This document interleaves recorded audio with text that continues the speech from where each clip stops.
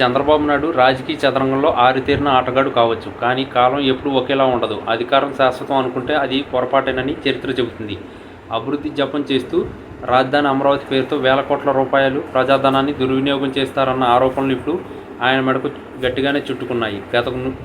గతం నుంచి నేర్చుకోకుండా అదే తప్పులను పునరావృతం చేయడం వల్లే ఈరోజు చంద్రబాబు రాజకీయ జీవితం అంధకారంలోకి వెళ్తుంది.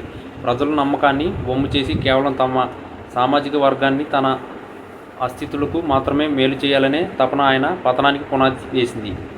దేవుడితో పెట్టుకున్నావు చంద్రబాబు, నీ పతనం మొదలైంది అని ప్రత్యర్థులు చేస్తున్న వ్యాఖ్యలు ఇప్పుడు నిజమవుతున్నాయి. జగన్మోహన్ రెడ్డి పక్కా ఆధారాలతో చంద్రబాబును ఇరికించారనే వార్త ఇప్పుడు రాష్ట్ర రాజకీయాల్లో పెను సంచలనంగా మారింది. గతంలో స్కిల్ డెవలప్మెంట్ స్కామ్ ద్వారా 100 కోట్లు మళ్లించిన వ్యవహారంలో చంద్రబాబు అడ్డంగా దొరికిపోయారు. అప్పట్లో కేవలం సాంకేతిక కారణాల వల్ల బయటపడి ఉండవచ్చు, కానీ ఇప్పుడు జగన్ ప్రభుత్వం బయటపెడుతున్న ఆధారాలు చూస్తుంటే తప్పించుకోవడం అసాధ్యం అనిపిస్తుంది. మద్యం పాలసీలో అక్రమాలు, ఇసుక మాఫియా నుంచి వచ్చిన కిక్ బ్యాక్ల, ఇలా ప్రతి విషయంలోనూ చంద్రబాబు పాత్ర ఉందనే విషయాన్ని జగన్ సాక్ష్యాధారాలతో సహా కేంద్ర దర్యాప్తు సంస్థ ముందుకు ఉంచారు.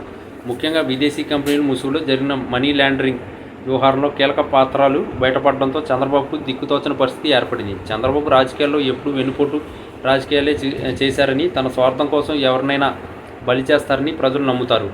అమరావతిలో ఇన్సైడర్ ట్రేడింగ్ ద్వారా తన వారికి భూములు కట్టబెట్టడం, పేదల పొట్టగొట్టి రియల్ ఎస్టేట్ వ్యాపారం చేయడం వంటి పనులతో ఆయన దేవుడి ఆగ్రహానికి గురయ్యారు.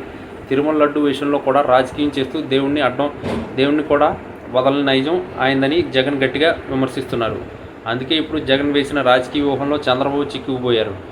ఫోరెన్సిక్ రిపోర్టులు, బ్లాక్ ట్రాన్సాక్షన్లు, సాక్ష్యాలు, వాంగ్మూలాలు, ఇలా అన్ని వైపుల నుంచి ఉచ్చు బిగుస్తుంది. రాష్ట్ర వ్యాప్తంగా సామాన్య ప్రజలు కూడా ఇప్పుడు చంద్రబాబు మాటలు వెనుక ఉన్న మోసాన్ని గ్రహిస్తున్నారు. ఇచ్చిన హామీలను తొంగలో తొక్కి కేవలం తన